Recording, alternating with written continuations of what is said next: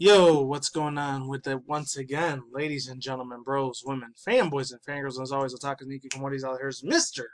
Nintendo Sony Free 2011. He came anywhere, of course, you guys, and the rest of the intros and outros towards this channel. Follow me on Twitter, Instagram, if any of you guys want to, just in case any of you guys want to see me do updates on certain things besides, video games and movies. Sometimes I'll speak my mind, especially more on Twitter than I do with Instagram. Anyways, mainly the only two things I use for Instagram is either like seen a lot of Pokemon TCG other players like show off their collections, or a lot of Pokemon Go players doing stuff, or a lot of cosplayers, mainly sexy, beautiful, amazingly cute as shit female cosplayers, to be more specific. And then once in a while I'll use it for like following any of the brand new stuff that Star Wars are going to be putting up and all that shit as well. And other things too. It is what it is. And sometimes like a lot of like these fast food places, and even places like these cool Japanese restaurants and shit. So places that just open wherever I live over here in this desert out here in Vegas. But anyways, yeah, let's get on to this. This one's going to be a little more of a shorter arc. I'm not going to read the whole thing. So it says right here, Walmart is interested in making video game streaming services. And this is really, really funny as shit. It is video game related, but from a billion-dollar corporation like Walmart to sort of what, the 50s, 60s, maybe the 70s, I don't know. Obviously, the first time I saw it was like 1999, 2000, because I think when I was a 90s kid, we weren't really allowed to go there at Target, I think, until like 99 or 2000. So by the time I was like 10, 11 years old, that was literally the first time I went into either of those billion-dollar corporation, like, not fast food places, just box stores in general. I think it's because they had like, they were pro-abortion instead of anti-abortion. I don't know what it was, and my parents weren't really good with that at that time. I didn't really give a shit about it, but other people did, unfortunately. So yeah, I'm just going to read a little bit of this. And the other two are going to piss me the hell off. This is like the closest thing I'm going to get to like positive vibe shit. It says, Walmart is in the talks with both developers. I think this is from Megan Alexander. Maybe, I don't know. With both developers and publishers about its own video game streaming services. A news reporter suggests, oh, and before I keep going, this is the same day I'm doing this video. It's literally about 2 hours right after I came back from the park playing Pokemon Go. I got like 12 freaking shinies. Not 11, but 12. And an Alolan Raichu for the first time. I failed getting fucking Dialga. That pissed me off a little bit because that thing kept jumping and blocking all my Premier Balls. So that shit really, really aggravated the hell out of me. Honestly, it did. Made me want to smash my fucking phone on the ground, but I don't want to pay $200 extra for a brand new phone. I'm just saying. Anyways, without further ado on that, and I'm probably going to have to wait either next month or all the way till next year when they start going in the boxes to get Dialga going, which sucks. That's how it is. I know Giratina Origin Form's coming next month too, so there's that.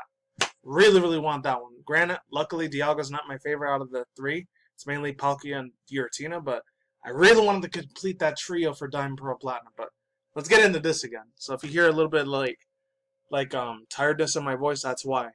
I walked like there for 4 hours, even though the event was for 3. But I was doing a whole bunch of other extra gym battles with a whole bunch of other people. I did get Shiny Maywile, which was really, really cool, and Alolan Raichu, so that made up for the unfortunate fail that I had for freaking Dialga. But let's keep moving. A news report suggests US Gamer reported that the massive retailer who sells video games and just about everything else has been talking to those in the industry and the streaming services earlier this year. Those talks continue into this year's Game Developers Conference, aka the GDC.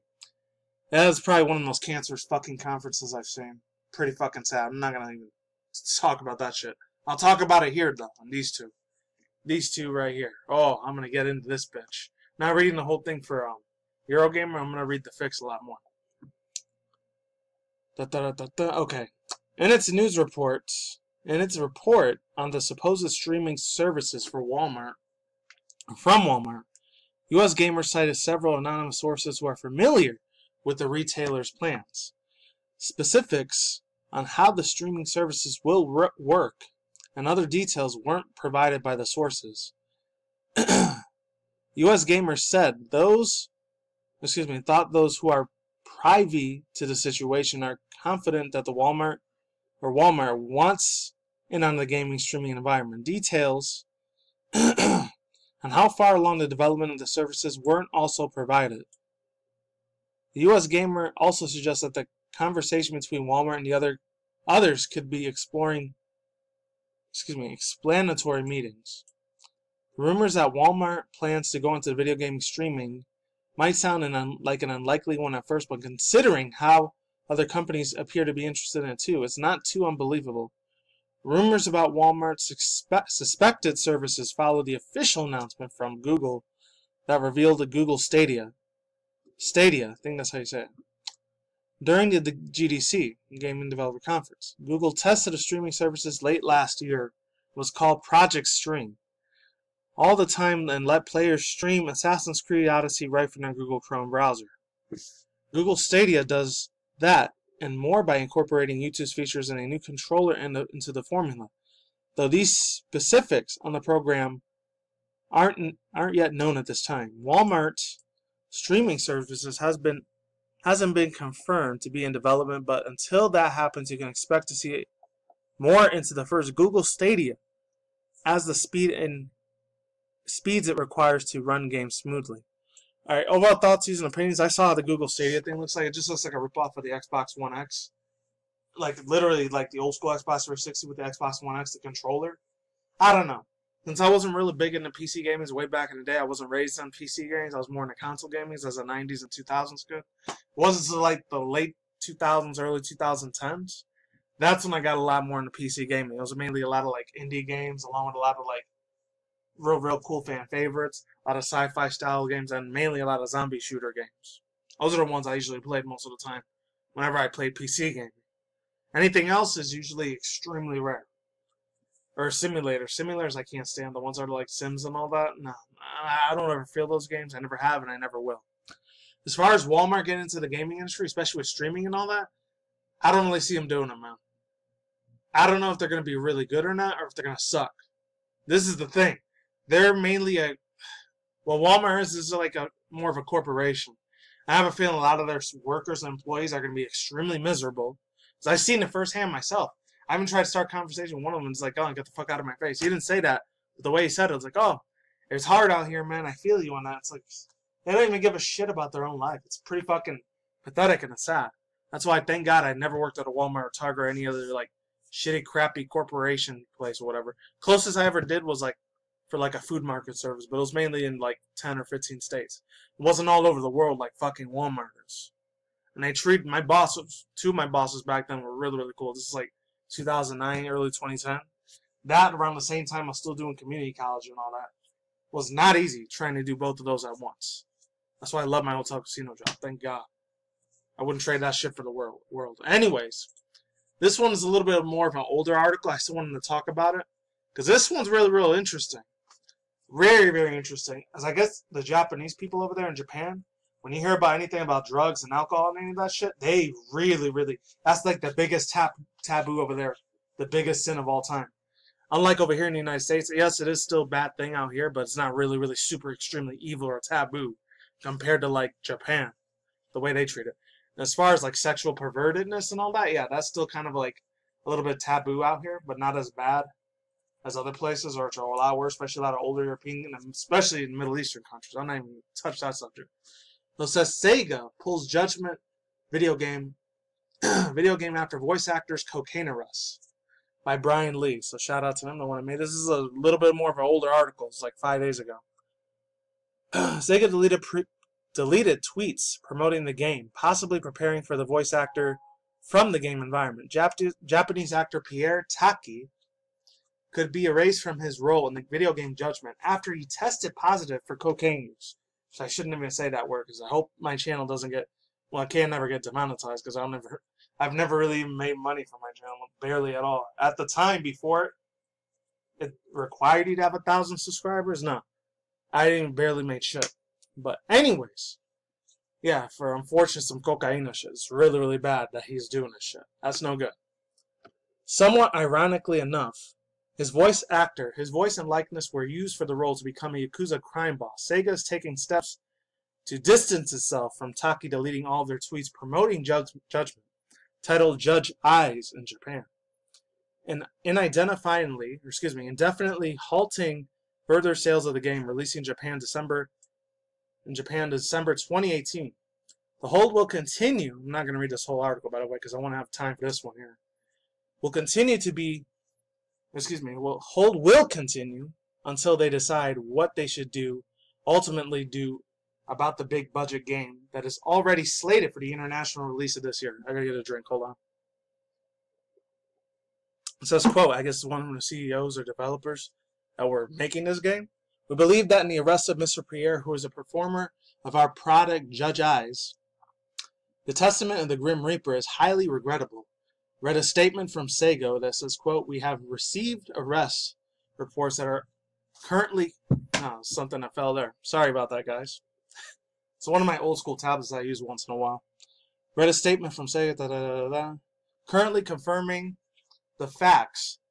But for that time, we have to decide refraining from shipping all the DL sales of the product and posting the product for HP ECT. We apologize for any inconvenience caused for our customers and related parties. Taki admitted using a small amounts of cocaine, which carries a penalty of several years in prison for Japan. It is also likely to be a death sentence for his career. Disney Japan is replacing the actor with the voice of a snowman, Olaf, in the Japanese release of the upcoming movie Frozen 2. Oh, I didn't know that.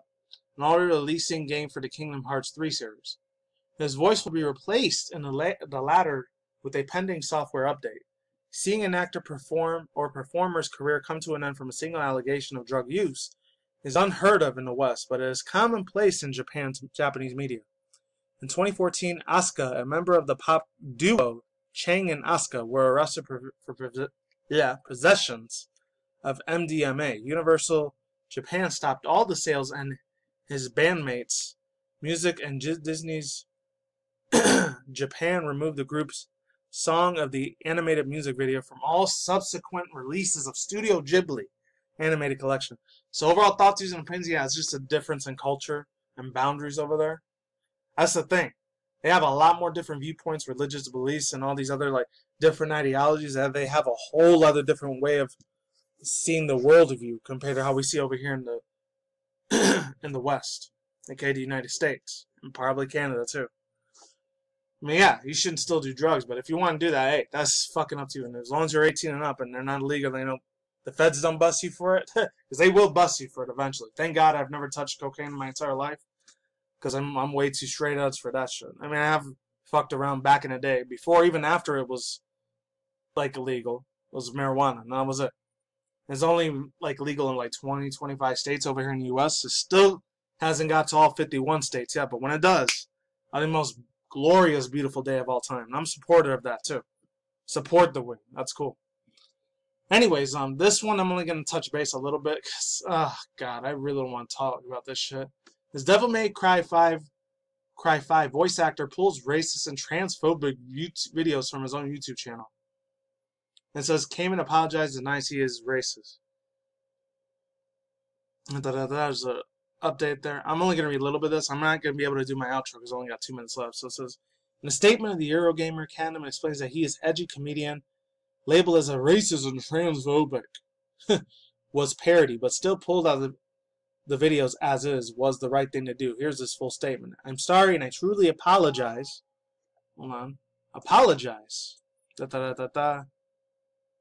To anyone who was offended. Candom told Eurogamer, look, I have been a professional stand-up comedian and voice actor my entire life.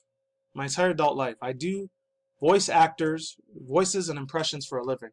I am also Jewish, so I grew up in a Detroit, primarily black neighborhood. The voice character I do reflects on my life experiences and admiration for the people I grew up with. The videos I did were comedy parodies, with characters speaking in their nuclear. I never even heard of that word. Some of my comedy is edgy, and everyone is entitled to their own opinion, so what they say, what they think is funny, and what is not funny. But please do not refer to me as being a racist and otherwise. I do not come from a place of hate in any of my own work. I removed these videos because I thought it was the right thing to do. By the way, please know I never posted a video of myself, and I ain't gonna say that word. I was wearing a multicolored ski mask and doing a music video for an artist's new album as a character. Alright, so overall thoughts, views, and opinions is a lot more like attacking with the SJWs, microtransgressors, the left and the right, which I don't believe in at all because that shit is a mirage. It's a fake mirror to me. It's all smoke and mirrors to me. I don't believe in that shit one fucking bit. It sucks he's got to get attacked by these people on Instagram, Twitter, and all these other social media networks just to clear his fucking name. That sucks. That's all I got to say for now. Peace out, my sauerkraut. Lates and goodbye. I'll see you on the flip side. Take it easy. I'm gone. I'm out. See you guys soon. Later.